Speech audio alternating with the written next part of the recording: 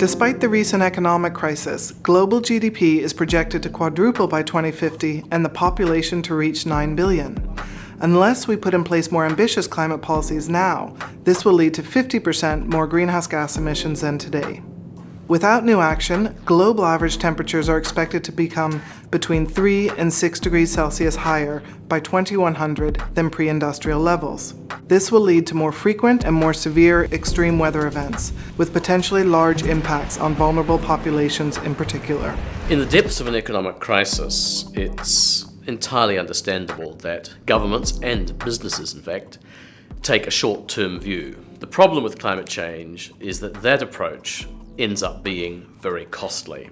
This is particularly serious when it comes to major, long-lived investments, some of the key infrastructure items on which our economy and society depends. And investments that don't take account of the costs of climate change down the track mean that we are hardwiring a fossil fuel dependent future. This requires major shifts of investment towards the right energy, transport, water, and building infrastructure, and we need to make these shifts on a large scale. Well, there's no shortage of capital in this world. That's one thing there's plenty of.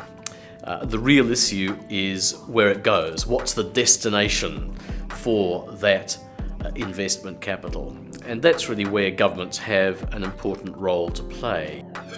To help governments achieve this goal, the OECD has identified the key elements of a policy framework for green investment. It includes 5 priorities. First, set clear, long-term strategic policy goals to ensure meaningful action and predictability for investors. Goals need to be aligned across different levels of government, from local to national, and developed in consultation with business and community leaders. Second, implement policies and incentives to support low-carbon, climate-resilient investment. Putting a price on carbon and other pollution is an important first step, including removing subsidies to fossil fuel use and production. This will help to make clean energy sources more competitive. Additional regulations will be needed as well, such as energy efficiency standards in buildings or for household appliances. Third, provide the right financial instruments to reduce risk and increase returns from green infrastructure projects. Public funds can be used to help leverage private investments, for example by providing loan guarantees to lower the cost of capital and to increase the availability of financing.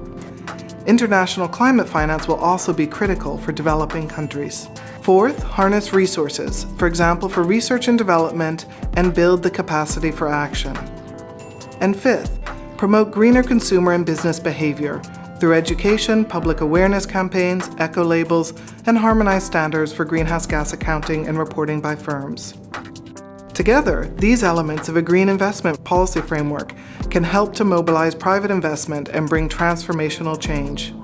This will require consumers, businesses, and of course political leaders from both developed and developing countries to act responsibly for their own sake and that of future generations.